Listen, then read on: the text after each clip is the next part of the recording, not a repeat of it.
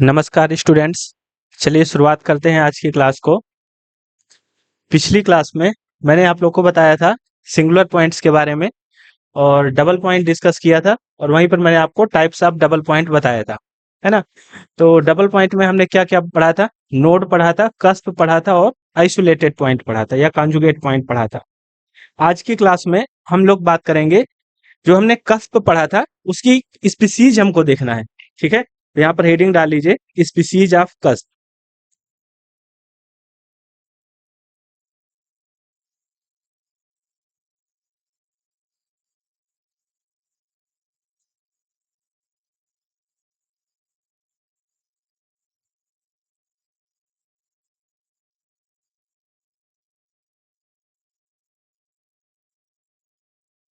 ठीक है, चलिए कस्प की स्पीसीज देखते हैं।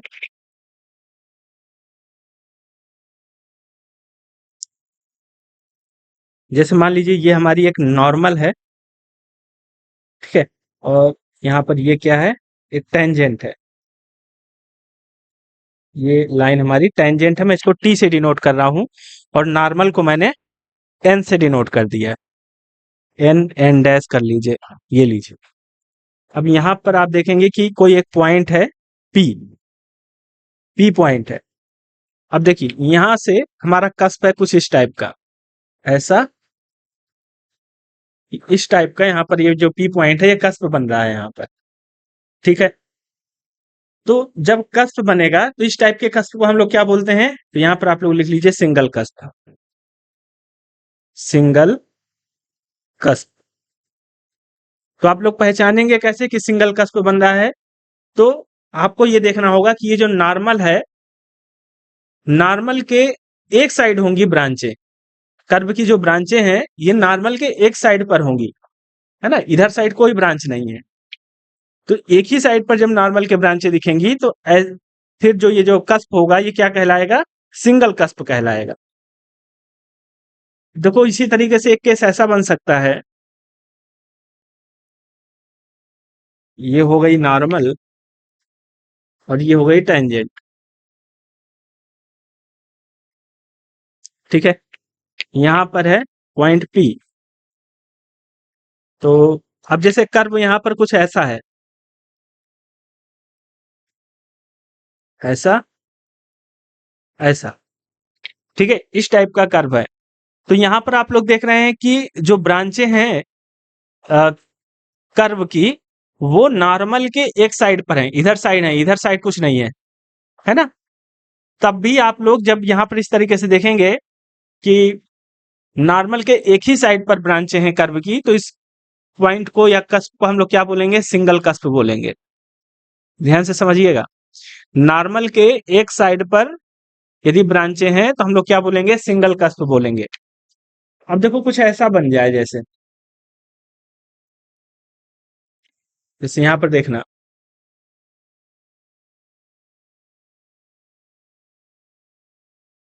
जैसे मान लो कि कुछ ऐसा बन जाए, ऐसा।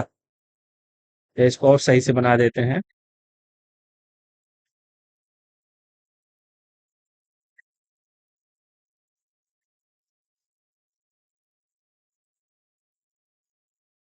और यहां पर आपका ये पॉइंट पी है। ठीक है, तो यहां पर ये नॉर्मल है आपकी एन एन डैश,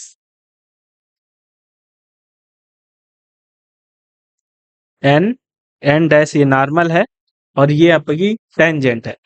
तो जब ऐसा बनेगा तो यहां पर आप लोग देख रहे हैं कि नॉर्मल के दोनों साइड पर ब्रांचें हैं। ये नॉर्मल हो गई आपकी, नॉर्मल की इधर भी ब्रांचें हैं, कर्व की इधर भी ब्रांचें हैं। तो जब दोनों साइड पर ब्रांचें होंगी तो फिर हम लोग क्या बोलेंगे? इसको हम लोग डबल कस्प बोलेंगे, है ना। इसको हम लोग क्या बोलेंगे? Double cusp. ऐसा भी केस बन सकता है डबल कस्प का।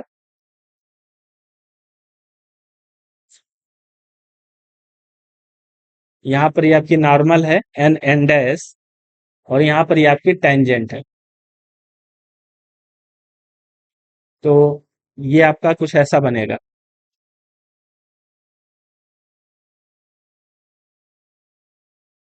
एक मिनट।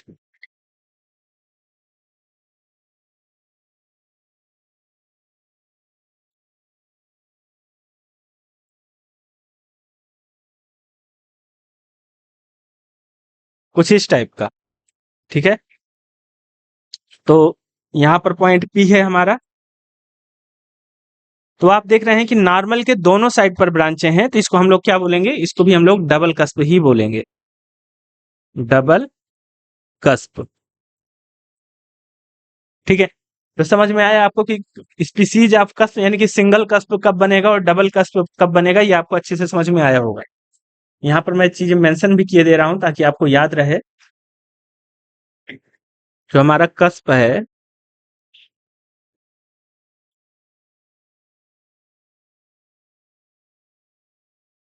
ये आपका दो तरीके से बनेगा।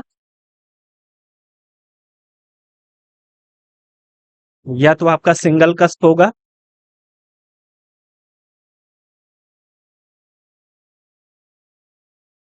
या तो आपका डबल कस्प होगा।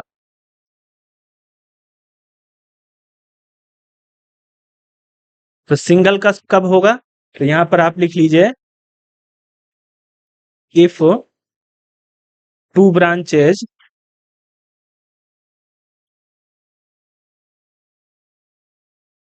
ऑफ द कर्व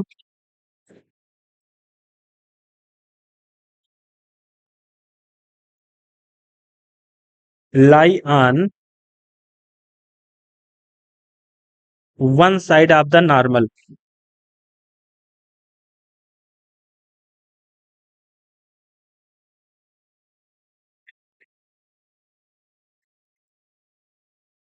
ठीक है, नॉर्मल के एक साइड पर जब ब्रांचें होंगी तो इसको हम लोग सिंगल कस्प बोलेंगे। इसी तरीके से डबल कस्प के लिए लिख लीजिए यहां पर, if two branches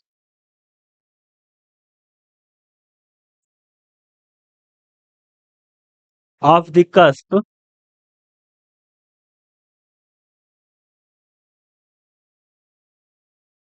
lies on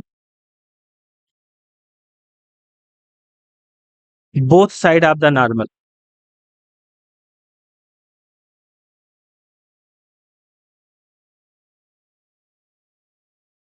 ठीक है, यदि नॉर्मल के दोनों साइड ब्रांचें हैं तो भी हम क्या बोलेंगे, डबल कस्प बोल देते हैं। तो इतनी बात आई होप कि आप लोग को क्लियर हो गई होगी। अब देखो, ये जो हमने ये देखा, ये अभी नॉर्मल के बेस पर हमने इसका विभाजन किया हुआ है। ठीक है, नॉर्मल के आधार पर। अब देखिएगा, जैसे सिंगल कस्प या डबल कस्प आपको मिल गया, तब क्या होगा, यहां पर लिखिएगा, जैसे हमको मिल गया कस्प, और ये कस्प आपका हो सकता है कि सिंगल हो या डबल हो, कोई भी कस्प हो, सिंगल और डबल। ठीक है, कोई भी कस्प मिला,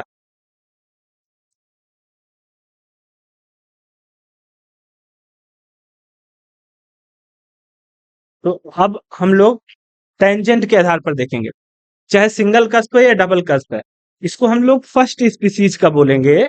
यहां पर लिखिए, फर्स्ट स्पीसीज का।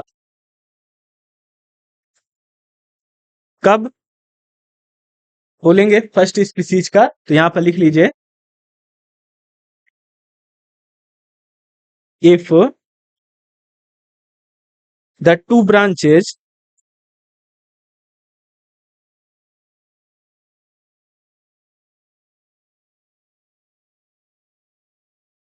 Of the curve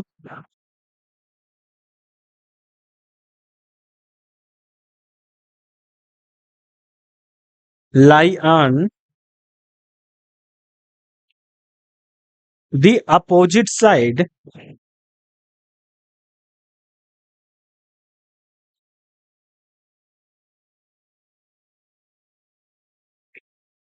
of the coincident tangent। Coincident tangent. ठीक है, यानी कि जो हमने टेंजेंट बनाई थी, इसके दोनों साइड, है ना, इसके जो ये जो कस्प बनेगा इसके दोनों साइड होना चाहिए, तो इसको हम लोग फर्स्ट स्पीसीज का बोल देते हैं। ठीक है, अब फर्स्ट स्पीसीज हो गया। अब यहाँ पर लिखेंगे चाहे कस्प सिंगल कस्प हो या डबल कस्प हो, इसको हम लोग सेकंड स्पीसीज का बोलेंगे।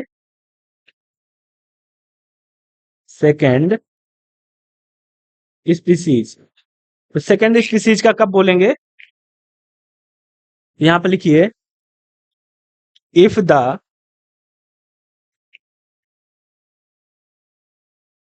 Two branches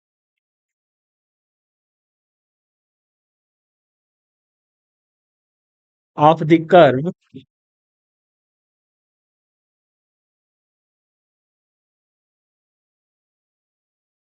lies on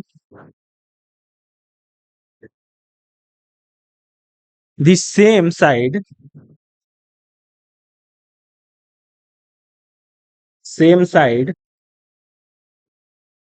of the coincident tangent।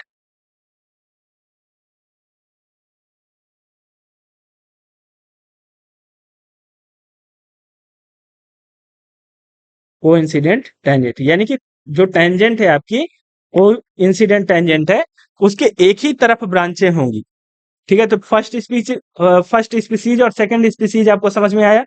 अब चलिए हम लोग चलते हैं, जो अभी हमने डायग्राम बनाए हैं वहां पर चलते हैं। बस इतना ध्यान रखना कि यदि अपोजिट साइड पर ब्रांचें होंगी तो फर्स्ट स्पीसीज का, और यदि सेम साइड पर ब्रांचें होंगी तो सेकंड स्पीसीज का। ठीक है, चलिए यहां पर आते हैं जो हमने अभी डायग्राम बनाए हैं। अब बताओ, यहां पर इस डायग्राम को देखो, यहां पर जो ब्रांचें हैं वो बताओ टेंजेंट के एक साइड पर हैं कि दोनों साइड पर? आप कहोगे कि टेंजेंट के दोनों साइड पर ब्रांचें हैं। तो जब अपोजिट साइड पर होती हैं तो इसको हम लोग क्या बोलते हैं? इसको हम लोग बोलते हैं फर्स्ट स्पीसीज का, है ना। तो यहां पर लिखेंगे आप लोग कि single cusp of first species.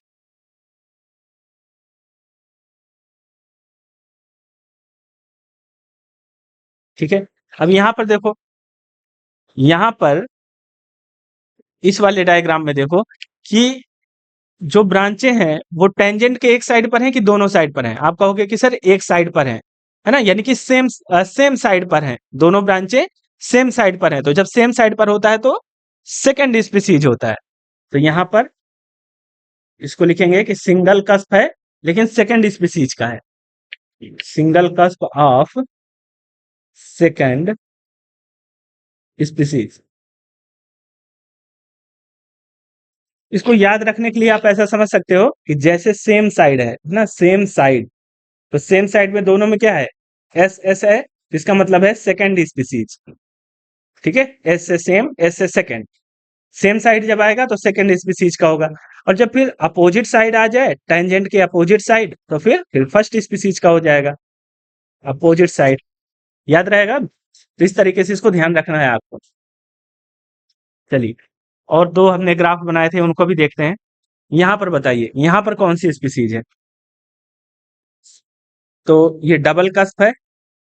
अब यहां पर देखेंगे हम लोग कि टेंजेंट के एक साइड पर है, अपोजिट साइड पर है, या सेम साइड पर है टेंजेंट के।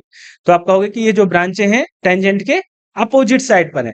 तो अपोजिट साइड में क्या होता है? First species. तो डबल कस्प है ये फर्स्ट स्पीसीज का। Double cusp of first species. अब यहां पर बताओ टेंजेंट के एक साइड पर है या दोनों साइड पर है ब्रांचें? तो आप कहोगे कि सर टेंजेंट की इधर तो कोई ब्रांच ही नहीं है, यानी कि सेम साइड पर है। तो जब सेम साइड पर होता है तो सेकंड स्पीसीज, यानी कि double cusp of second species. Double cusp of second species. ठीक है, तो इस तरीके से ये आपने यहां पर इसको अच्छी तरीके से समझा कि स्पीसीज ऑफ कस्प क्या होता है। अब इसके बाद एक आता है पॉइंट ऑफ आस्कुल इन्फ्लेक्शन, तो इसको भी समझ लेते हैं।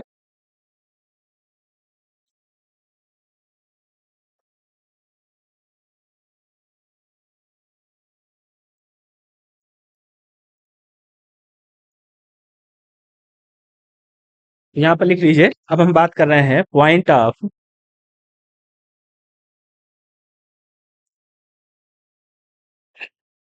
ऑस्कुल इन्फ्लेक्शन।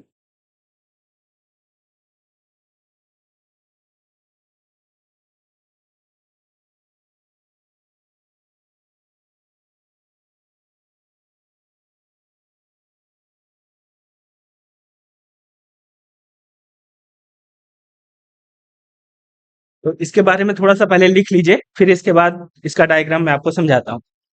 तो ये जो कस्प होता है पॉइंट ऑफ ऑस्कुल रिफ्लेक्शन, यहाँ पर जो कस्प होता है ये डबल कस्प होता है ना। ये क्या होता है? ये डबल कस्प। डबल कस्प का मतलब क्या है? डबल कस्प का मतलब है कि जो ब्रांचें होंगी, दो ब्रांचें होंगी कस्प की, वो दोनों साइड डबल कस्प है। इसका मतलब है कि नॉर्मल के दोनों साइड पर आपको ब्रांचें मिलेंगी, है ना। तो a double cusp with change of species, change of species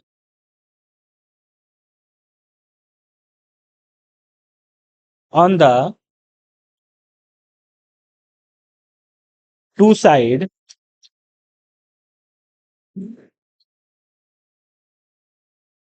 of the common normal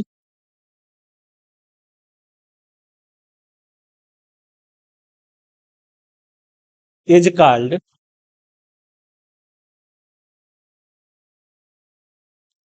A point of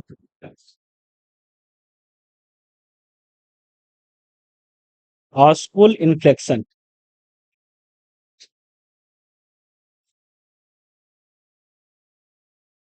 ठीक है, यानी कि इसका मतलब क्या है, यहां पर समझिएगा इसको। ये आपकी हो गई नॉर्मल और ये हो गई आपकी टेंजेंट। एन एन डैश ये नॉर्मल हो गई और ये हो गई टेंजेंट। देखिए इसका जो ग्राफ है कुछ ऐसा बनेगा,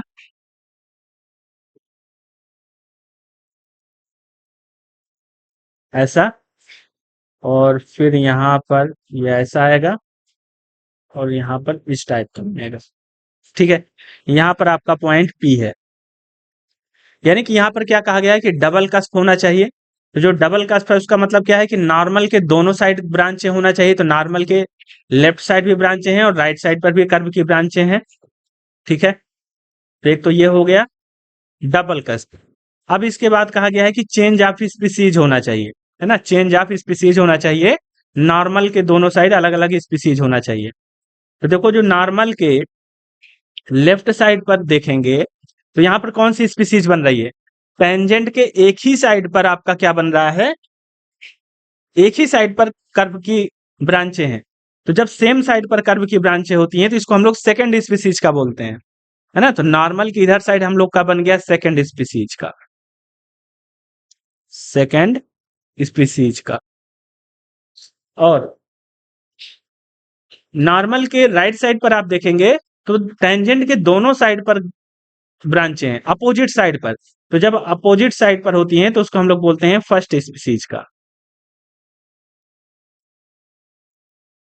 ठीक है, तो जब इस टाइप का ग्राफ बनेगा तो हम इसको क्या बोलते हैं? पॉइंट ऑफ ऑस्कुल ऑस्कुल इन्फ्लेक्शन हम लोग इसको बोलते हैं। तो ये सारी चीजें मैंने आपको समझा दी। अब चलिए हम लोग कुछ स्टेप सीख लेते हैं, मेथड सीख लेते हैं कि कस्प का नेचर हम लोग कैसे बताएंगे, है ना। पॉइंट का नेचर तो आपने बताना सीख लिया, जैसे ओरिजिन का हम लोग नेचर बता रहे थे अभी तक पिछली क्लासों में। तो वहां पर मैंने आपको बताया था कि हमको नेचर में क्या क्या मिल सकता है। जैसे ओरिजिन का नेचर देख रहे थे तो हमको मिल सकता है नोड, कस्प या आइसोलेटेड पॉइंट या कॉन्जुगेट पॉइंट, ये चीजें मिल सकती थी। अब यदि कस्प मिल गया है तो कस्प में भी कुछ हमको यहाँ पर विभिन्नताएं बतानी पड़ेंगी देख करके। तो इसके लिए कुछ मेथड है कि यहाँ पर देखिएगा, ध्यान से समझिएगा इसको। Step for finding the nature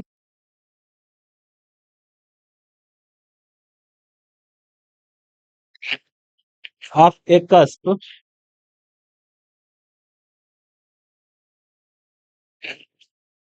eight the origin.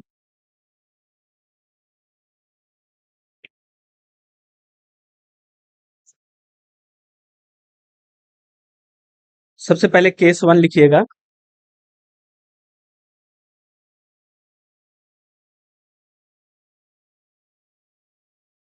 देखिए, सबसे पहले हमको क्या करना होगा, तो यहाँ पर देखेंगे कि when the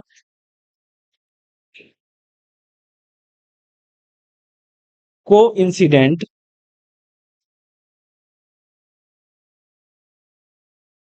tangents are y square equal to zero.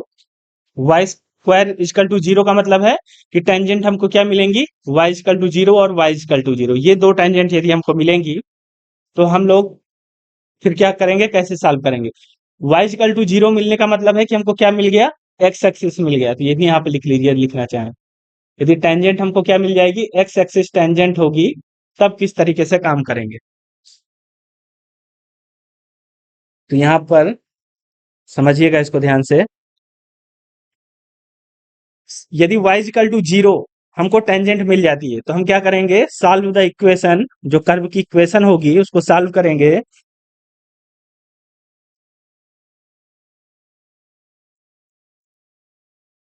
Of the curve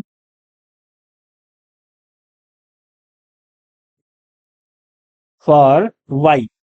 y के लिए हम लोग सॉल्व करेंगे, है ना, यानी y की वैल्यू हम लोग निकालेंगे, y इक्वल टू कुछ समथिंग निकालेंगे।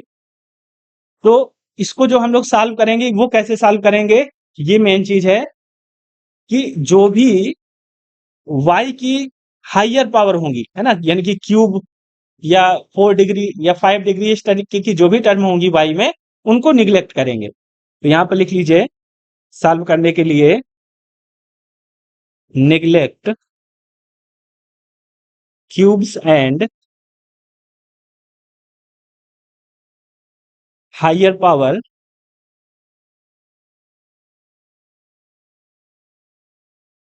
ऑफ वाई ना। 3 डिग्री या इससे ऊपर की जो भी पावर होंगी उस इक्वेशन में, उनको हम क्या करेंगे, नेग्लेक्ट करेंगे। इसके बाद हम लोग सॉल्व करेंगे इक्वेशन। तो एक तो हमने टेंजेंट निकाल लिया, फिर इसके बाद हमने इक्वेशन सॉल्व कर ली, ठीक है। एक तो ये चीज हमने सॉल्व कर ली, है ना। अब इसके बाद हम लोग को ये देखना होगा कि जो कस्प है वो हमारा सिंगल कस्प है, single cusp of first species है, डबल कस्प है या double cusp of first species है, सेकंड स्पीसीज है, ये हमको देखना पड़ेगा। तो चलिए इसको हम लोग देखते हैं कैसे हम लोग बताएंगे इसको। तो इसके लिए यहां पर आप लोग लिखिए, the branches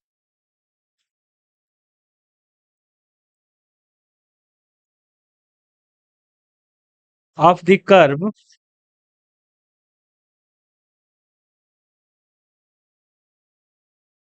can be discussed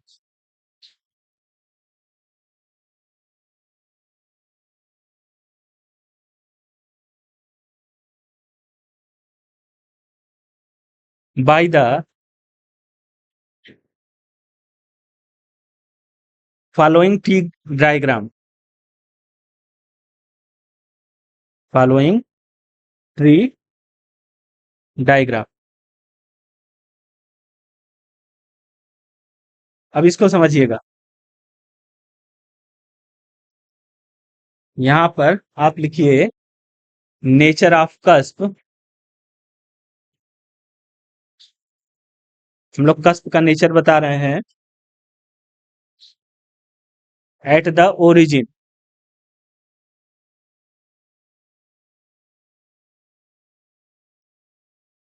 ठीक है। एक चीज और यहां पर मेंशन कर लीजिए कि व्हेन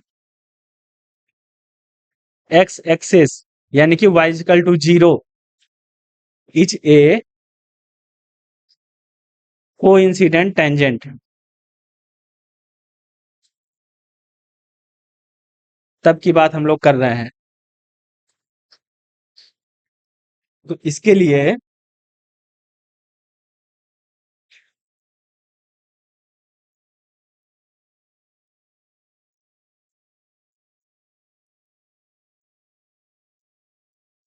यहाँ पर इस टाइप से बनाइएगा,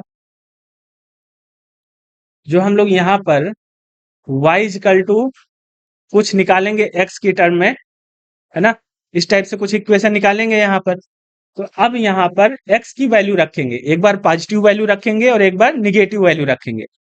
तो यहाँ पर यदि हम लोग पॉजिटिव वैल्यू रखे हैं तो जो रूट आए यानी कि y की जो वैल्यू आए उसको ध्यान समझिएगा।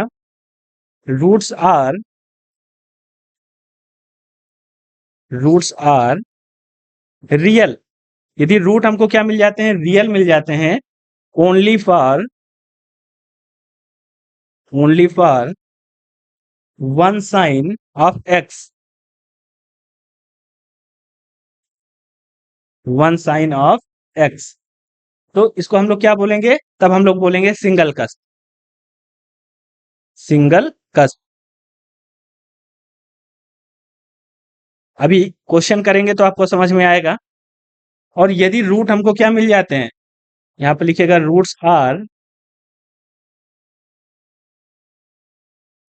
Real real for both sign, यानी कि प्लस और निगेटिव दोनों एक्स आप रख करके देखें, बोथ साइन ऑफ एक्स, है ना, एक्स की पॉजिटिव वैल्यू भी रख करके देखें और निगेटिव वैल्यू भी रख करके देखें। तो यदि रूट्स हमको क्या मिल जाते हैं, रियल मिल जाते हैं, तो यहां पर हमारा बनता है डबल कस्ट, डबल कस्ट। ठीक है, सिंगल कस्प और डबल कस्प आपने देख लिया।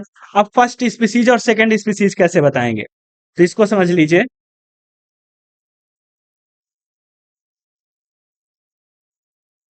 देखो,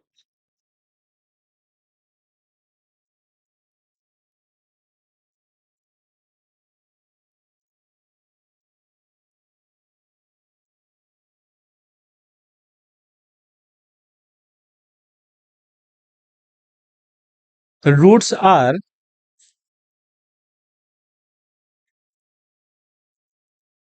are of opposite sign, opposite signs. यदि हमको रूट कैसे मिल जाए, अपोजिट साइन के मिल जाएंगे, तो हम क्या कहेंगे, कस्प ऑफ फर्स्ट स्पीसीज बोलेंगे इसको। यहां पर लिख लीजिए, ये हो जाएगा हमारा cusp of first species.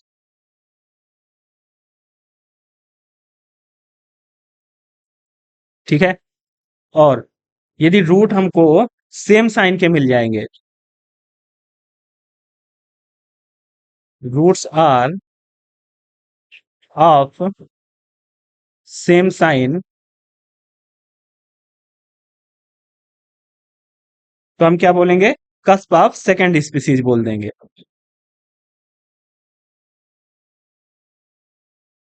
Cusp of second species. ठीक है, तो इस टाइप से ये कस्प का नेचर हम लोग बताएंगे। तो ये मेथड मैंने आप लोग को बताया। अब देखो, ये मैंने तब के लिए बताया है जब हमको जो को इंसिडेंट टेंजेंट मिल रही है वो एक्स एक्सिस मिल रही है, यानी कि y इक्वल टू 0 मिल रहा है। इसी तरीके से सेम तरीके से आप काम करेंगे जब आपको टेंजेंट क्या मिलेगी, वाई एक्सिस यदि टेंजेंट मिलेगी, तब हम लोग सेम तरीके से काम करेंगे। तो केस 2 यदि लिखना चाहें तो लिख सकते हैं, मैं लिखवा देता हूं इसको भी। यहाँ पे लिखिए case 2।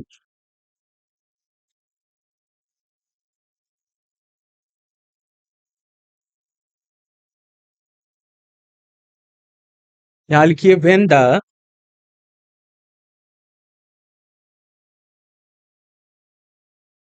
Coincident tangent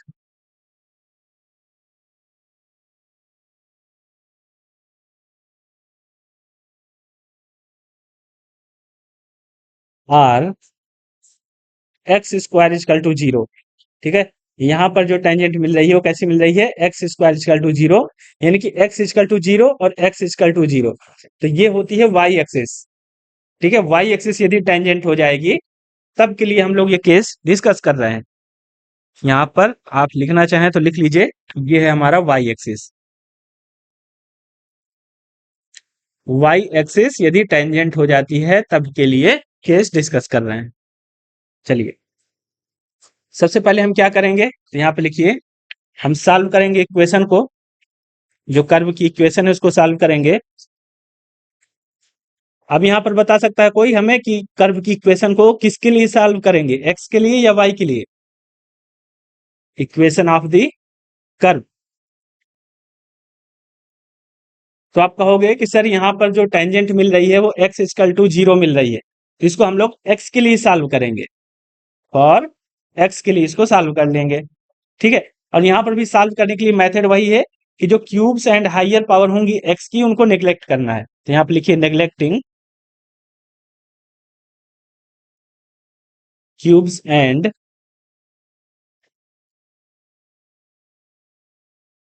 higher power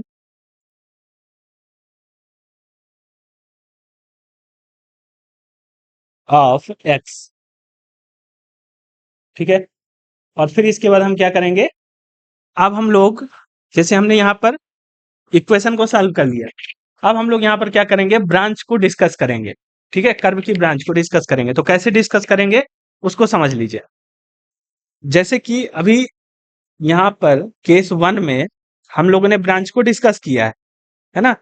branches of the curve can be discuss following tree diagram. इस डायग्राम से हमने डिस्कस किया है, लेकिन ये जो डायग्राम है ये कब के लिए है, जब हमारी टेंजेंट क्या हो, एक्स एक्सिस हो, तब के लिए।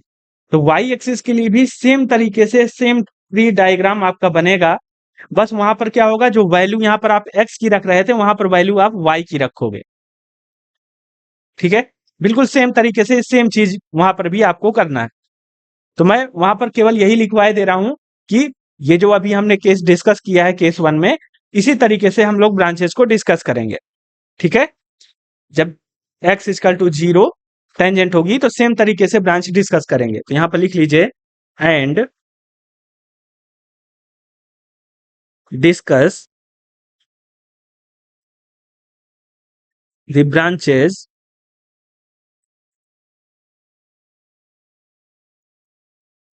Of the curve as done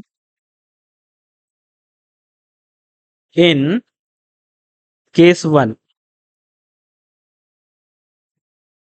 ठीक है, सेम तरीके से आप यहां पर इसको डिस्कस करेंगे। चलिए, अब देखो, एक केस ऐसा बन सकता है कि जो टेंजेंट या को इंसिडेंट टेंजेंट थी हमारी, वो एक्स एक्सिस भी ना हो और वाई एक्सिस भी ना हो, है ना? तब कैसे निकालेंगे, तो तब के लिए है, यहां पे लिख लीजिए, when the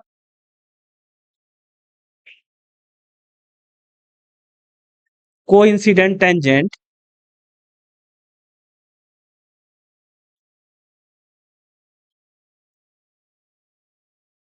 coincident tangent is of the form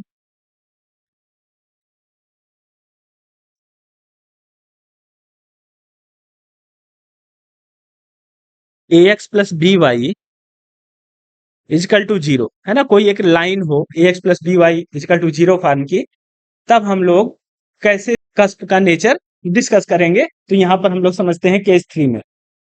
तो यदि ऐसा हो जाता है कि a x plus b y equal to 0 form की हमें को इंसिडेंट टेंजेंट मिल जाती है, तो हम लोग क्या करेंगे, यहां पर लिख लीजिए, then put p equal to a x plus b y. A x plus b y जो लाइन आई है इसको हम लोग पी मान लेंगे। ठीक है, फिर इसके बाद क्या करेंगे, यहां पर लिखिए कि eliminate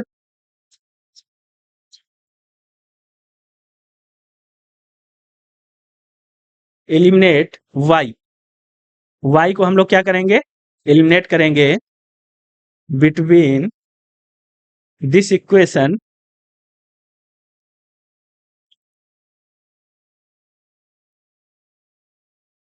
and the equation of the curve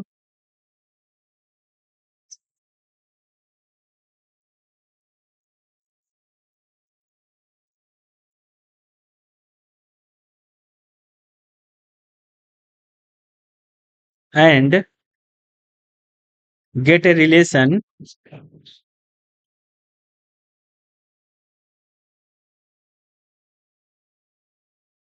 between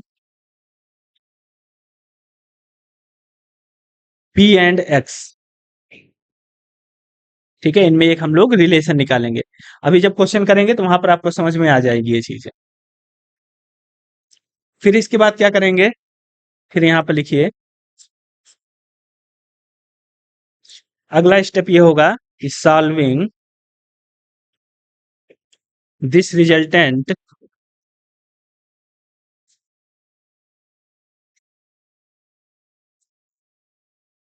equation for P. P के लिए हम इसको क्या कर लेंगे, सॉल्व कर लेंगे। ठीक है, और सॉल्व कैसे करना है, वही सेम चीज है कि नेग्लेक्टिंग, यहाँ पे लिखिए neglecting cubes and higher power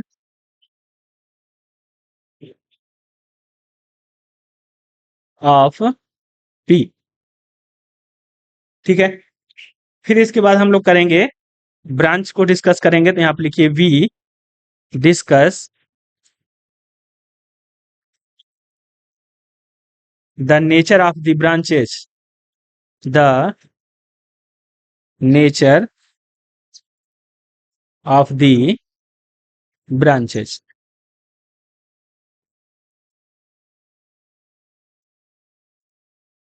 of the curve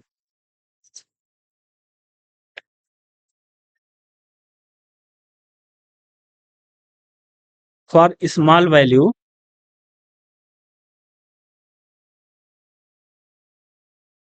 for small value of x. भाई यहाँ पर जो हम लोग रिलेशन निकालेंगे ना पी एंड एक्स में, पी इजकल टू एक्स कुछ समथिंग ऐसा आ जाएगा, इस टाइप की इक्वेशन आ जाएगी। तो वहां पर हम क्या करेंगे, एक्स की छोटी वैल्यू रख करके फिर वहां पर हम लोग नेचर फाइंड करेंगे ब्रांच का। तो इस तरीके से ये जो स्टेप है मैंने यहाँ पे लिखवा दिए हैं ताकि सभी को याद रहे कि जब हम लोग क्वेश्चन करेंगे तो वहां पर आपको ये चीजें देखने को मिलेंगी। यही स्टेप से हम लोग को करना होगा क्वेश्चन। तो चलिए मैं क्वेश्चन भी इसी क्लास में एक दो एग्जाम्पल करवा देता हूं ताकि ये टॉपिक आपका कंप्लीट हो जाए इस वीडियो में। यहाँ पे लिख लीजिए example,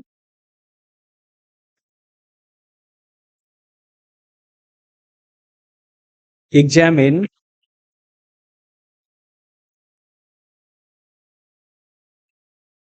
the nature of the origin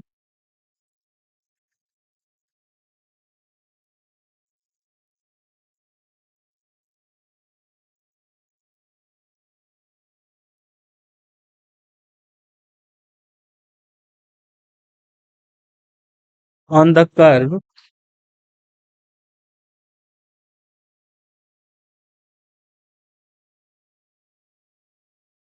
और कर्व है आपके पास गिवन है 2x प्लस वाई का whole of square minus 6xy, 2x plus y minus 7x³ equal to 0। ये कर्व गिवन है और इसका आपको ओरिजिन का जो नेचर है वो बताना है। ठीक है, तो चलिए इसको हम लोग सॉल्व करते हैं।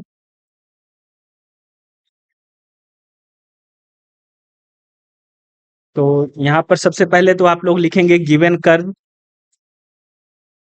गिवन कर्व और कर्व की इक्वेशन लिख लीजिए अपना।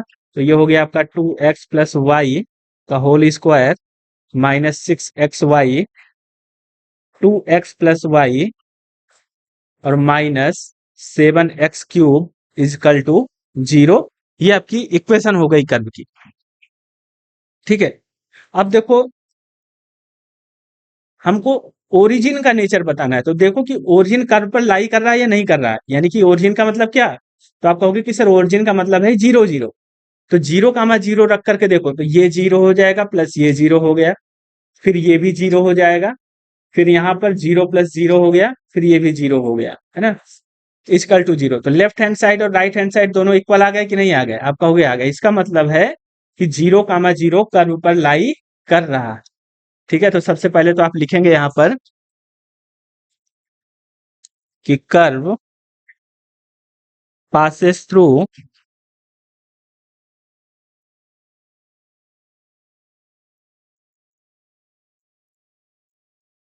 the origin।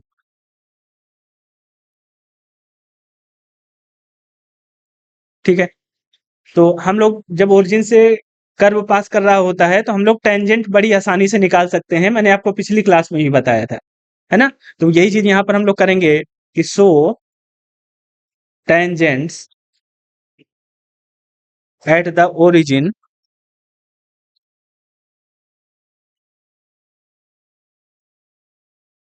Are given by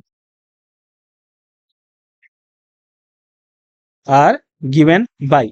अब देखो यहां पर कि जो सबसे लोएस्ट डिग्री की टर्म होगी उसको हम लोग क्या करेंगे, जीरो के इक्वल पुट कर देंगे, है ना? जीरो के इक्वल पुट कर देंगे। तो देखो यहां पर कि यहां पर ये पहली वाली टर्म को देखो, पहली वाली टर्म लोवेस्ट डिग्री टर्म को जीरो के इक्वल पुट किया जाता है। तो इस टर्म में जो इसकी डिग्री होगी वो कितनी होगी? तो आप कहोगे कि सर इस टर्म की जो डिग्री है वो 2 है। डिग्री मतलब हाईएस्ट पावर, तो डिग्री 2 है। ठीक है, दूसरी टर्म की आप डिग्री देखिए, इसकी डिग्री देखिए कितनी है। तो आप कहोगे कि सर एक डिग्री इसकी, एक डिग्री एक्स की और एक डिग्री वाई की, 2 डिग्री तो ये हो गई। जब यहां मल्टीप्लाई करेंगे तो एक डिग्री इसकी यानी कि 3 डिग्री हो जाएगी, है ना? तो यहां पर जो हाईएस्ट पावर बनेगी वो डिग्री 3 का ये टर्म हो जाएगा। फिर इसी तरीके से आगे जो ये टर्म है ये 7x³ है, यहाँ पर हाईएस्ट पावर कितनी है, 3 है। तो ये भी 3 डिग्री की टर्म है। तो जो लोवेस्ट डिग्री टर्म होगी उसको जीरो के इक्वल पुट करोगे, यानी कि इसको हम लोग जीरो के इक्वल पुट कर देंगे। तो यहां पर देखो, यदि मैं इसको जीरो के इक्वल पुट कर दूं तो क्या हो जाएगा, 2x+y का होल स्क्वायर को हमको जीरो के इक्वल पुट कर देना है यदि टेंजेंट निकालना है तो। ठीक है, चलिए अब इसको हटा देते हैं।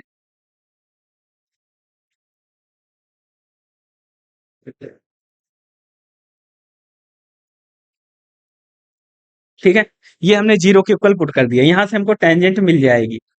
चलिए इसको सॉल्व कर लेते हैं। तो ये तो हो जाएगा हमारा 2x+y इजकल टू जीरो, या इसको हम ऐसा भी कह सकते हैं कि y इजकल टू माइनस का 2x। तो y इजकल टू माइनस का 2x आया। इसका मतलब क्या है कि हमको जो टेंजेंट मिल रही है वो को इंसिडेंट टेंजेंट मिल रही है। कैसी टेंजेंट मिल रही है? को इंसिडेंट टेंजेंट मिल रही है। y इजकल टू -2x और y इजकल टू -2x, ये दो टेंजेंट हमको मिल रही है ना। को इंसिडेंट टेंजेंट का मतलब समझ में आ रहा है ना? सेम टेंजेंट जैसे हमने पिछली क्लास में डिस्कस किया था, एक टेंजेंट ये है और दूसरी टेंजेंट इसी के ऊपर है बिल्कुल ऐसे, यानी कि सेम इक्वेशन होगी, उसको हम बोलते हैं को इंसिडेंट टेंजेंट। तो ये हमारी दो टेंजेंट मिल गई। तो यहां पर आप लोग लिख सकते हैं कि टेंजेंट्स आर को इंसिडेंट, टेंजेंट्स आर को इंसिडेंट। ठीक है, अब देखो इसको ऐसे भी सॉल्व कर सकते थे आप कि जैसे 2x+y का होल स्क्वायर है तो इसको आप ऐसा लिख देते 2x+y into 2x+y is equal to zero. फिर एक बार एक 2x+y को जीरो के इक्वल पुट करते, एक बार दूसरे 2x+y को जीरो के इक्वल पुट करते, तो ये हमको दो टेंजेंट मिल जाती। समझ में आ रही है बात? ठीक है, क्लियर होना चाहिए सारी चीजें। चलो, ये हमारी दो टेंजेंट आ गई, यानी कि कोइंसिडेंट टेंजेंट मिल गया। तो हम यहां से क्या कह सकते हैं, तो हम यहां से कह सकते हैं कि ये जो पॉइंट है ये क्या क्या हो सकता है। हमने पिछली क्लास में डिस्कस किया था कि जब हमको कोइंसिडेंट टेंजेंट मिलेगी तो हम डायरेक्ट ये नहीं कह देंगे कि कस्प है, हम क्या कहेंगे, या तो कस्प है या तो फिर कॉन्जुगेट पॉइंट है। दो पॉइंट हम ऐसे बताते हैं, डिस्कस किया था पिछली क्लास में, ध्यान आ रहा है आप लोग को, है ना? तो यहां पर हमको को इंसिडेंट टेंजेंट मिला है, इसका मतलब है कि सीधे ये नहीं कहना कि कस्प है या तो कॉन्जुगेट पॉइंट है। और इसी तरीके से मैंने आपसे कहा था कि जब हमको डिस्टिंक्ट टेंजेंट मिल जाती है तो वहां पर क्या बनता है, तो वहां पर मैंने आपसे कहा था कि या तो नोड बनेगा और या तो फिर कॉन्जुगेट पॉइंट बनेगा, है ना? तो इस तरीके से हम लोग इसको लिखते हैं। चलिए, तो ये समझ में आया आपको कि टेंजेंट हमारी कोइंसिडेंट आ गई। तो यहां पर हम क्या कहेंगे कि 10 द ओरिजिन इज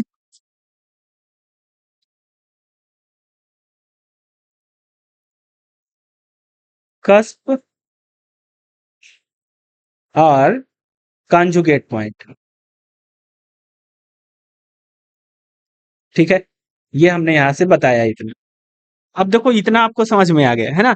अब यहाँ पर मुझको ये बताओ कि टेंजेंट हमको क्या मिली है। तो आप कहोगे कि सर टेंजेंट हमको ये मिली है। क्या वाई एक्सिस टेंजेंट है? आप कहोगे कि नहीं सर। मैं कह रहा हूं क्या एक्स एक्सिस टेंजेंट मिली? आप कहोगे नहीं सर। तो ये कौन सा केस बन गया? बता सकते हो कौन सा केस बन गया? तो आप कहोगे कि सर ये हमारा केस 3 बन गया। केस 3 बन गया, यानी कि यहाँ पर हमको ये इस टाइप की टेंजेंट मिल गई। तो जब इस टाइप की टेंजेंट मिलती है तो मैंने क्या कहा था कि हम लोग ए एक्स प्लस बी वाई को पी के इक्वल पुट कर देते हैं, है ना। तो यहां पर भी जो हमारी टेंजेंट है उसको पी के इक्वल पुट कर देंगे। तो यहां पर लिखिए कि 2x plus y equal to 0, ये टेंजेंट है एक तरीके से हमारी।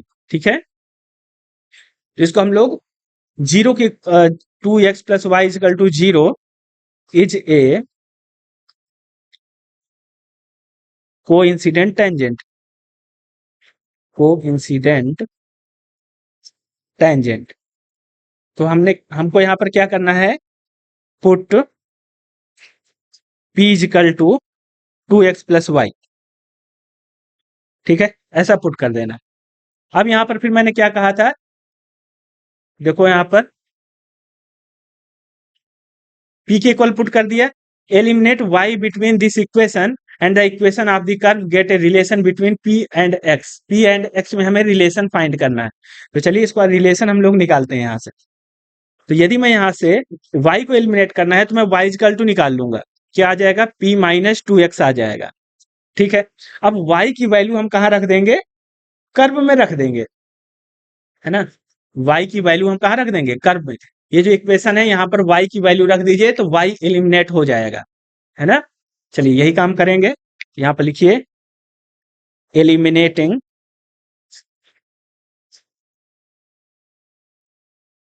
y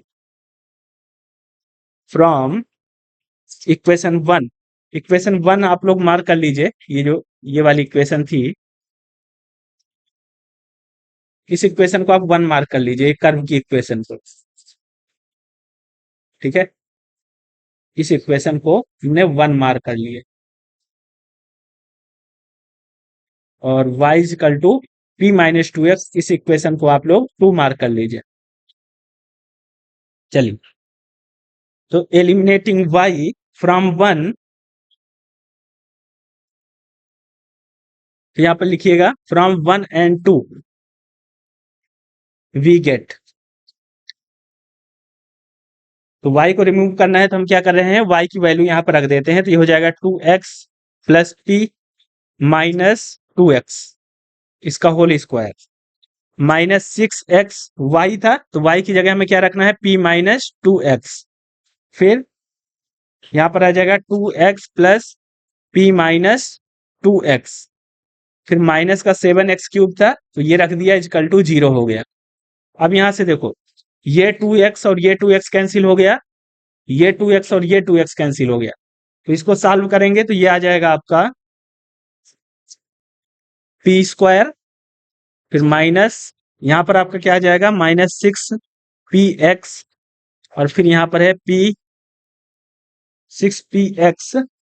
अच्छा, हाँ, p माइनस 2x ये आएगा, फिर माइनस का 7x क्यूब आ जाएगा, इजकल टू 0। ठीक है, इजकल टू 0। तो हम इसको ऐसा कर सकते हैं, क्वाड्रेटिक फॉर्म में बना सकते हैं। पी स्क्वायर कॉमन ले लिया तो यहां पर आ जाएगा आपका 1, और यहां पर भी यदि हम लोग पी स्क्वायर कॉमन लेंगे, ये आपको नहीं समझ में आ रहा है तो एक बार मल्टीप्लाई करके देख लीजिए।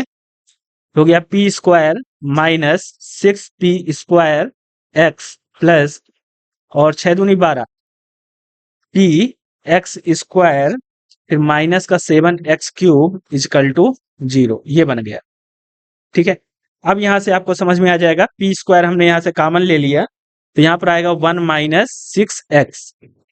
ठीक है, फिर इसके बाद हम लोग रख सकते हैं इसको 12x स्क्वायर इंटू पी, और फिर ये आ गया माइनस का 7x क्यूब इजकल टू 0। तो ये जो इक्वेशन है ये आपकी कैसी इक्वेशन है, तो आप यहां से बता सकते हो कि ये इक्वेशन हमारी क्वाड्रेटिक इक्वेशन है, क्वाड्रेटिक इन पी,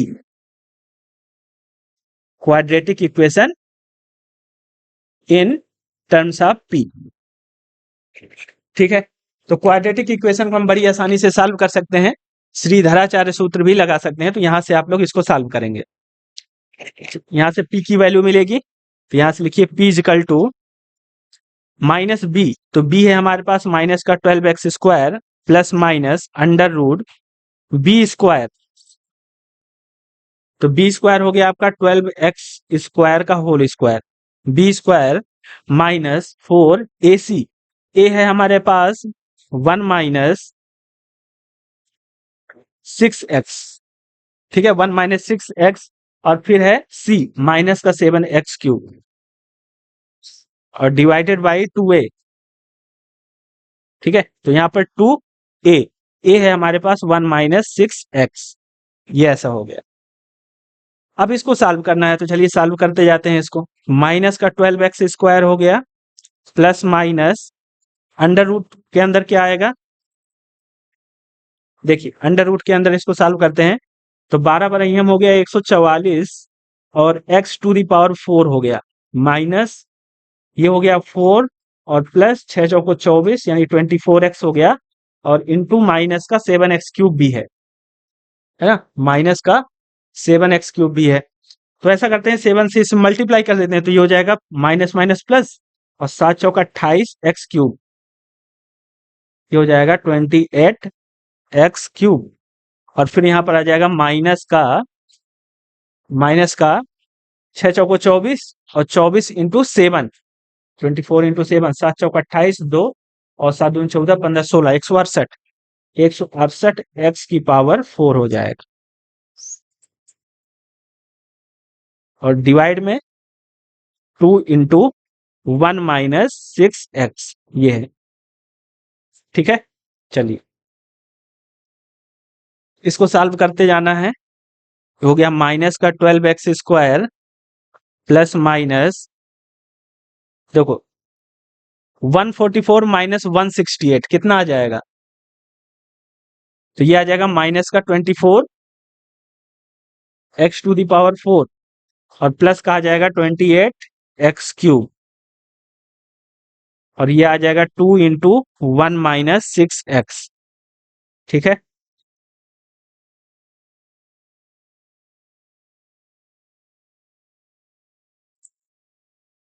चलिए ये हो गया। अब इसको और सॉल्व करेंगे, तो ये आ जाएगा माइनस का 12x स्क्वायर प्लस माइनस, अब इसको यदि हम लोग सॉल्व करें तो ये हो जाएगा 4x क्यूब, हम कॉमन ले सकते हैं ना, तो ये आ जाएगा 7 चौक 28 माइनस, और 4 छंग 24 6x, और यहाँ पर है 2 इंटू 1 माइनस 6x, ये ऐसे सॉल्व कर लेना है आपको। अब इसका स्क्वायर रूट यदि आप लोग निकालेंगे तो कैसे निकाल सकते हैं, तो आप कहो कि सर ये हो जाएगा माइनस का 12x स्क्वायर प्लस माइनस, और 4 का तो बाहर आ जाएगा 2, एक्स क्यूब को लिख सकते हैं एक्स स्क्वायर इंटू एक्स, तो एक्स स्क्वायर का आ जाएगा x.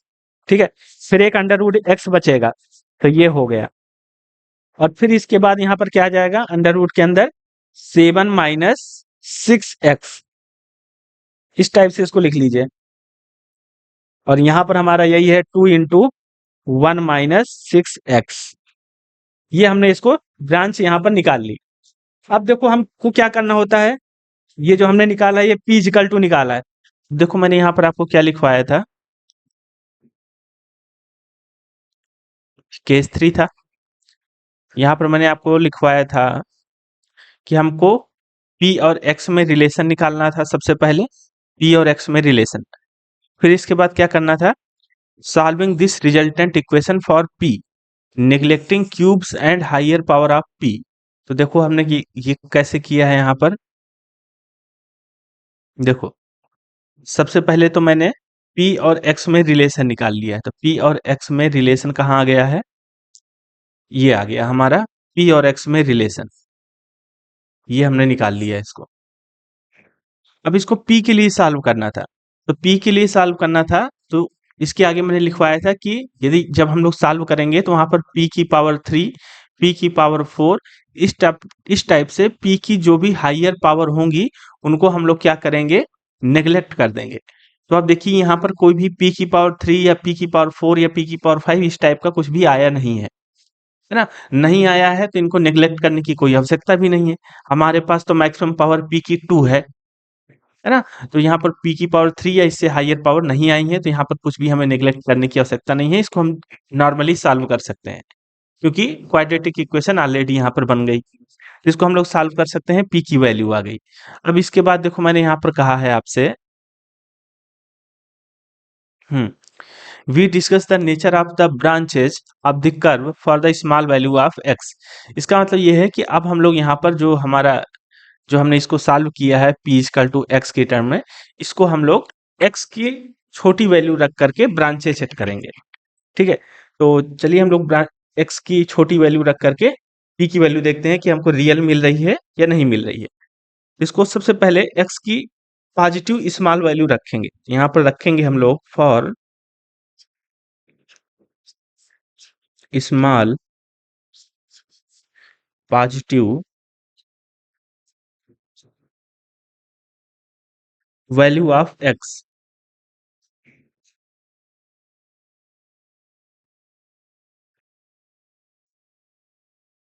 The value of p,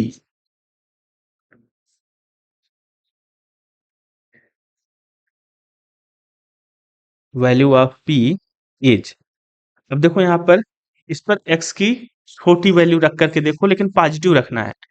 तो यहाँ पर इस टर्म में यदि x की छोटी वैल्यू रखूंगा तो x स्क्वायर है ना, तो रियल ही हमको मिलेगा। और यहाँ पर इस टर्म में यदि मैं x की कोई छोटी वैल्यू रखूंगा लेकिन पॉजिटिव रखना है तो यहाँ पर भी हमको रियल ही मिलेगा, है ना भाई। इमेजिनरी तो तब मिलेगा जब अंडर रूट के अंदर माइनस आ जाएगा, लेकिन जब मैं छोटी वैल्यू रख रहा हूँ लेकिन पॉजिटिव रख रहा हूँ तो अंदर माइनस नहीं आएगा। इस वजह से यहाँ पर भी हमको रियल ही मिलने वाला है। अब इसके बाद यहाँ पर इस टर्म में रखोगे तो यहाँ पर भी रियल ही मिलेगा। आप कहो कि सर छोटी वैल्यू रखेंगे तो यहाँ पर माइनस आ सकता है, नहीं आ सकता। देखो 7 माइनस 6x है, x की जगह जैसे मैंने मान लो रख दिया 0.1, बहुत छोटी वैल्यू रखना है तो ये कितना आ जाएगा 0.6, और 7 में 0.6 माइनस करोगे तो पॉजिटिव वैल्यू ही हमको मिलेगी, है ना। तो अंडर रूट के अंदर निगेटिव नहीं मिल रहा है, इसका मतलब इमेजिनरी नहीं मिल रहा है, हर जगह हमको रियल ही मिल रहा है। तो यदि हमने x की छोटी वैल्यू रख दी तो हमें क्या मिल रहा है, p रियल मिल रहा है। तो यहाँ पर the value of p is real. ये एक काम हमने किया, स्मॉल पॉजिटिव वैल्यू रखा। अब हम लोग स्मॉल निगेटिव वैल्यू रख देते हैं, तो यहाँ पर लिखिए for small negative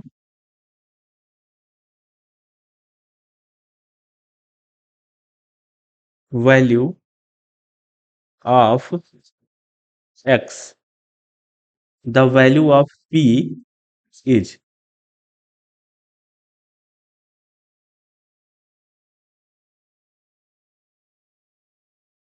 the value of p is.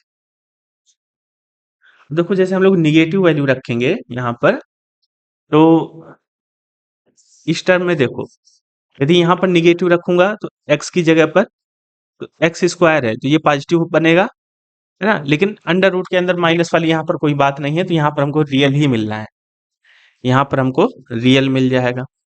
यदि यहाँ पर मैं निगेटिव वैल्यू रखूंगा तो जैसे ही निगेटिव रखूंगा तो अंडर रूट के अंदर यदि निगेटिव है तो फिर आयोटा आ जाएगा। इसका मतलब यहाँ पर हमको क्या मिल जाएगा, यहाँ पर हमको इमेजिनरी वैल्यू मिलेगी, इमेजिनरी वैल्यू मिल जाएगी।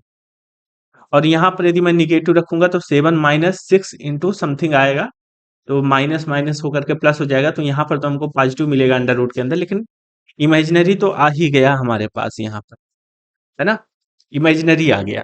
इसका मतलब है कि यदि हम निगेटिव वैल्यू रखेंगे तो हमको यहाँ पर p की इमेजिनरी वैल्यू मिल जाएगी।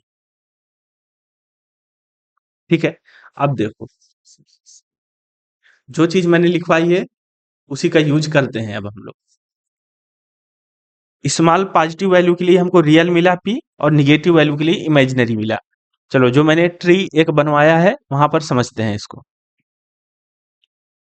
देखो, यहाँ पर मैंने कहा है कि यदि जो रूट्स हैं वो कैसे आ जाएं, रियल हो, वन साइन ऑफ x, है ना, यानी कि प्लस x और माइनस x, दो वैल्यू हमने रखा निगेटिव और पॉजिटिव x की। तो उस पर कहा है कि एक साइन के लिए ही यदि केवल रियल वैल्यू मिल रहा है तो सिंगल कस्प होगा। और यहाँ पर मैंने कहा था कि यदि रूट हमारे रियल आ जाते हैं पर बोथ साइन x, यानी कि पॉजिटिव x के लिए और निगेटिव x के लिए, यदि दोनों के लिए हमको रियल वैल्यू मिल जाती है p की, फिर डबल कस्प होता। तो ऐसा तो हुआ नहीं है, दोनों साइन के लिए यानी कि प्लस एक्स और माइनस एक्स के लिए तो हमको रियल मिला नहीं है, केवल प्लस एक्स के लिए रियल मिला है। तो इस वजह से हमने कहा है यहाँ पर कि हमको क्या लिख देना है, सीधे यहाँ पर सिंगल कस्प होगा। ठीक है, तो चलिए इसको हम सिंगल कस्प वहां पर लिख देते हैं।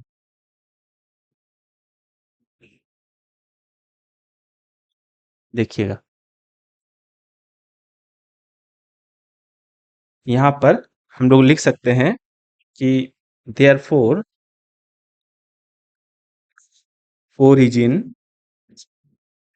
Is a single cusp. ठीक है, तो इस तरीके से हमने ये बताया कि क्या होगा, सिंगल कस्प होगा। अब इसके बाद हमको ये बताना है कि इस सिंगल कस्प की स्पीसीज क्या होगी, है ना, कस्प की स्पीसीज क्या होगी, यानी कि फर्स्ट स्पीसीज का है या सेकंड स्पीसीज का है। तो इसके लिए हम लोग क्या करते हैं, देखो रियल वैल्यू हमको कहाँ पर मिल रही है, पॉजिटिव वैल्यू ऑफ एक्स के लिए हमको रियल वैल्यू मिल रही है। तो यहाँ पर लिख लीजिए, for smaller value of x greater than zero, the P की कितनी वैल्यू मिल रही है ना, रियल तो मिल रही है लेकिन पी की कितनी वैल्यू मिल रही है। तो आप कहोगे कि सर यहाँ पर पी की हमें दो वैल्यू मिलेंगी अपोजिट साइन की, यानी कि एक वैल्यू प्लस वाली मिलेगी और एक वैल्यू माइनस वाली मिलेगी। ठीक है, अपोजिट साइन की दो वैल्यू मिल जाएंगी, एक पॉजिटिव मिलेगी और एक निगेटिव मिलेगी। तो यहां से हम लोग क्या कह सकते हैं, यहां से हम लोग ये कहेंगे, देखिए यहां से हम लोग ये कहेंगे कि द टू रियल वैल्यूज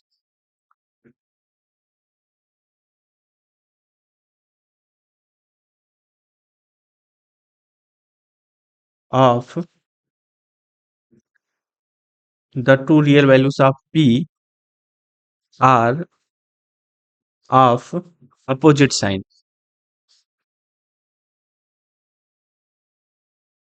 ठीक है, अब देखो यहाँ पर यदि टू रियल वैल्यू मिल रही है पी की अपोजिट साइन की तो क्या बनता है, देखो मैंने क्या लिखवाया यहाँ पर,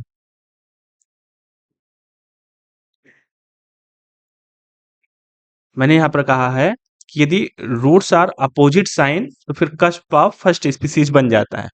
क्या बनता है, कस्प का फर्स्ट स्पीसीज बनता है।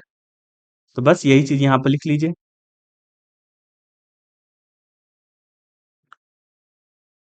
कि origin, therefore origin is a single cusp of first species.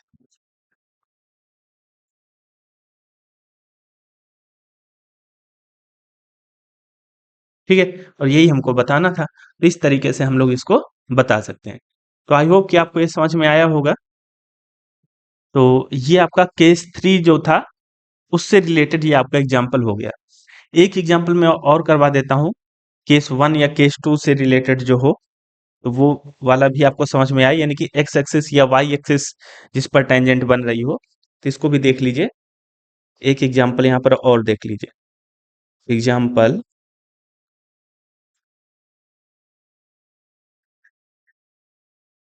examine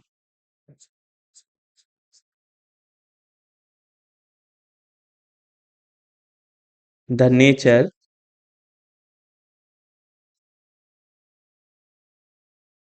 of the origin on the curve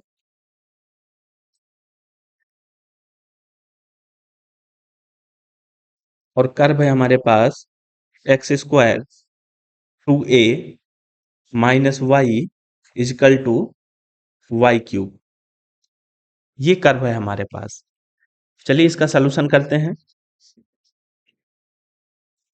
और एक बात का ध्यान रखिएगा कि आपको केवल मेथड सीखना है और आपके एग्जाम में ये जो कर्व की इक्वेशन है ये जरूरी नहीं है कि आपके बुक से ही रखी जाए।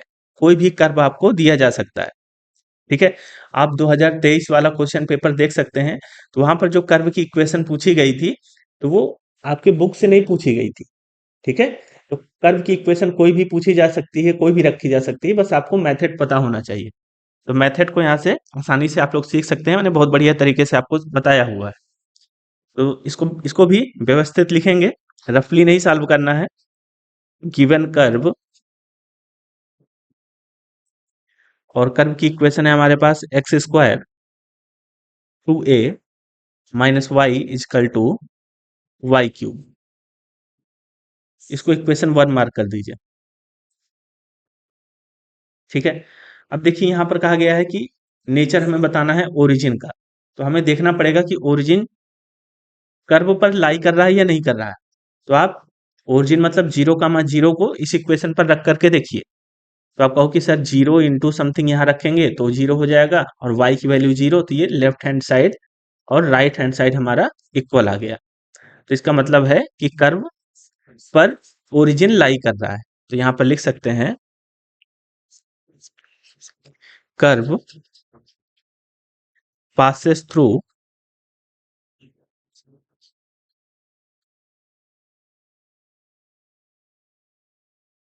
The origin. ओरिजिन से कर्व पास कर रहा है। या हम ऐसा कह सकते हैं कि ओरिजिन कर्व पर लाई कर रहा है। तो हम लोग टेंजेंट की इक्वेशन निकाल सकते हैं ओरिजिन पर बड़ी आसानी से, जैसे मैंने अभी बताया आपको पिछले क्वेश्चन में। तो इसी तरीके से यहाँ पर भी हम लोग टेंजेंट की इक्वेशन निकाल सकते हैं ओरिजिन पर। So tangents at the origin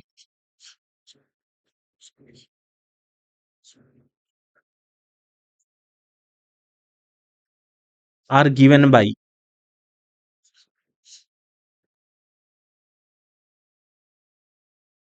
हम लोग क्या करते हैं लोवेस्ट डिग्री टर्म को 0 के इक्वल पुट कर देते हैं, है ना। तो चलो यहाँ पर हम ऐसा करते हैं कि इक्वेशन को हम थोड़ा सा सॉल्व करते हैं। ये हो जाएगा 2ax² minus x² y equal to Y cube. ये हो जाएगा, है ना। अब देखो यहाँ पर ये जो फर्स्ट टर्म है इसकी डिग्री कितनी है। तो आप कहोगे कि सर इसकी जो डिग्री है यानी कि हाईएस्ट पावर कितनी है, 2 है। ये जो दूसरी टर्म है इसकी डिग्री कितनी है। तो आप कहोगे कि सर जो इसकी डिग्री है ये हमारी x की डिग्री 2 है और y की डिग्री 1 है, यानी कि इसकी डिग्री है हमारे पास 3। ठीक है। और ये जो y क्यूब है इसकी डिग्री कितनी है, इसकी डिग्री है हमारे पास 3, हाईएस्ट पावर 3 है। तो जो लोवेस्ट डिग्री टर्म होगी उसको 0 के इक्वल पुट करना है। तो लोवेस्ट डिग्री टर्म है हमारे पास 2a x² है ना। इसकी डिग्री क्योंकि 2 है तो 2ax² को 0 के इक्वल पुट कर दीजिए। इस तरीके से हम लोग टेंजेंट निकालते हैं। ठीक है। चलिए इसको हटा देते हैं।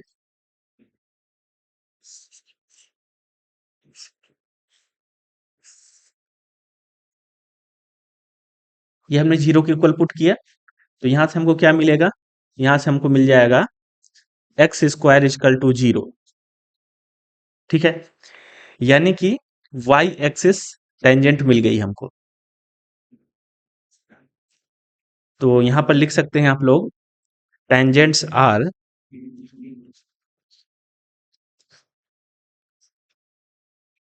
Real and coincident. टेंजेंट हमारी कैसी है, रियल और कोइंसिडेंट हमको मिल गई। और ये केस हमारा कौन सा बन गया, यदि वाई एक्सिस मिल गई टेंजेंट तो केस सेकंड बन गया। ठीक है, तो टेंजेंट हमारी रियल और कोइंसिडेंट मिल गई। तो ओरिजिन क्या हो सकता है, सीधे कस्प नहीं लिखना है, मैंने आपको पहले भी बताया है। यदि को इंसिडेंट या डिस्टिंक्ट जो भी टेंजेंट मिलेंगी तो वहां पर हमको क्या लिखना होगा, यदि को इंसिडेंट मिली है तो हम लिखेंगे कि ओरिजिन इज कस्प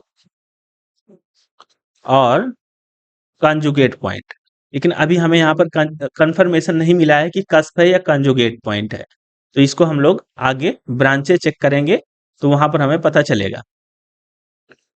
ठीक है, तो अब हम लोग के पास मेथड क्या होता है, अब हमारे पास मेथड होता है कि यदि हमारे पास जो इक्वेशन है टेंजेंट की वो x equal to zero, x equal to zero मिली है, इसका मतलब है कि हम कर्व की इक्वेशन को x के लिए सॉल्व करेंगे, है ना। तो यहां पर लिख सकते हैं आप लोग, नाउ वी शैल सॉल्व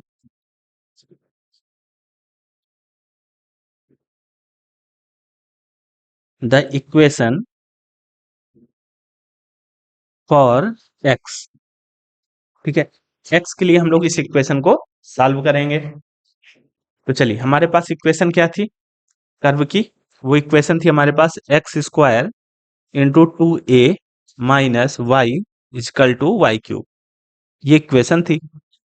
तो मैंने वहां पर लिखवाया था कि जो भी एक्स क्यूब या इससे हाइयर पावर होंगी एक्स की, उनको निग्लेक्ट कर देंगे।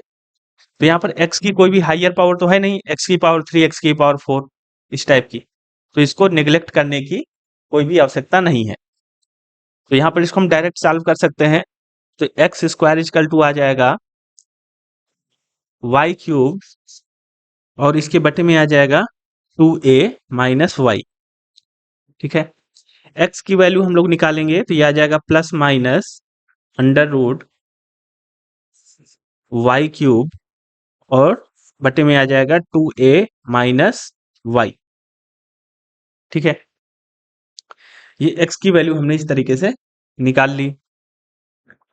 तो अब यहां पर आप देखिए कि हम लोग ये देखते हैं कि y की छोटी वैल्यू रख करके देखेंगे और हम लोग पता करेंगे कि x हमको रियल मिल रहा है या नहीं मिल रहा है ना। तो एक बार पहले y की पॉजिटिव वैल्यू रखते हैं, यहाँ पर लिखिए for y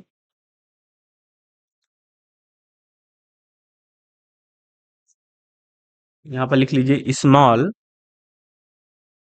and y greater than zero. तो हमको x क्या मिलेगा, तो यहाँ पर लिखेंगे आप लोग x इज, देखो आप y की कितनी भी छोटी वैल्यू रख दीजिए यहाँ पर, तो यदि पॉजिटिव वैल्यू रख रहे हैं तो अंडर रूट के अंदर निगेटिव नहीं आएगा। यहाँ पर भी आप y की कोई छोटी वैल्यू रख दीजिएगा, ये हमारा एक कोई कांस्टेंट है, तो जैसे वन ही मान लीजिए तो टू इंटू वन, और y की कोई छोटी वैल्यू जैसे 0.1 इस तरह रख दिया, तब भी अंदर निगेटिव नहीं आएगा। तो जब निगेटिव नहीं आ रहा है तो हमको रियल वैल्यू यहाँ से मिल जाएगी, x इज रियल। और यदि अंडर रूट के अंदर यदि निगेटिव आ जाता तो फिर इमेजिनरी मिलती। ठीक है, इसी तरीके से for small and negative value y less than zero, x is, यदि आप निगेटिव वैल्यू रखेंगे तो हमको यहाँ पर अंदर इमेजिनरी मिल जाएगा ना, y क्यूब है, कोई छोटी वैल्यू रखोगे तो अंडर रूट के अंदर माइनस आ जाएगा, तो फिर x हमको क्या मिलेगा, इमेजिनरी, x हमको मिल गया इमेजिनरी। तो क्या हमको दोनों साइन के लिए रियल वैल्यू मिल रही है, तो आप कहोगे नहीं। यदि दोनों साइन के लिए रियल नहीं मिल रही है तो हमको यहाँ पर सिंगल कस्प मिलेगा, जैसे मैंने अभी ऊपर बताया था। तो यहाँ पर आप लोग लिख सकते हैं, यहाँ पर लिख दीजिए therefore origin is a single cusp, single cusp. अब देखो हमें x की छोटी वैल्यू के लिए हमको दो वैल्यू मिल रही है, x की पॉजिटिव और निगेटिव, है ना, दो वैल्यू मिल रही है, यानी कि अपोजिट साइन हमको यहाँ पर मिल रहा है। तो जब अपोजिट साइन मिलता है तो मैंने लिखवाया है वहां पर कि फर्स्ट स्पीसीज बनता है कस्प का, ठीक है। और यदि सेम साइन मिलता है तो सेकेंड स्पीसीज बनता है। तो यहां पर आप लोग लिख सकते हैं कि for small value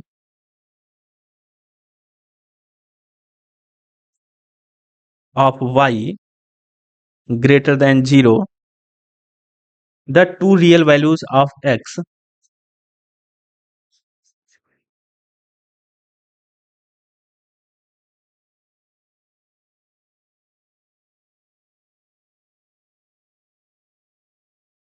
are two real value of x are of opposite sign। यदि अपोजिट साइन की वैल्यू मिलती है हमें x की, भाई प्लस और माइनस दो वैल्यू मिलेंगी अपोजिट साइन की, तो हम यहां पर क्या कह सकते हैं कि therefore origin is a single cusp. Single cusp तो हमें पहले ही पता चल गया था।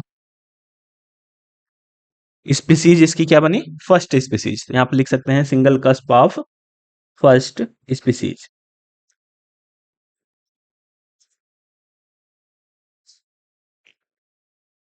तो आई होप आपको समझ में आया होगा कि किस तरीके से हम लोग ये क्वेश्चन सॉल्व करेंगे नेचर ऑफ कस्प के, ठीक है।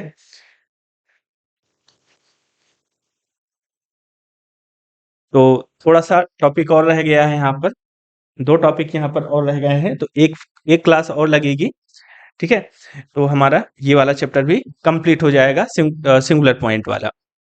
तो आज की क्लास को हम लोग यहीं तक रखते हैं। आप लोग रिवीजन जरूर करिए, क्योंकि जब तक रिवीजन नहीं करेंगे तब तक ये क्वेश्चन एग्जाम में नहीं सॉल्व कर पाएंगे। तो थोड़ा सा आप लोग रिवीजन करिए और इन चीज़ों को अपने दिमाग में बैठाने का प्रयास करिए। जो भी मेथड स्टेप मैंने आपको बताए हैं उनको अपने दिमाग में बैठाने का प्रयास करिए, ठीक है।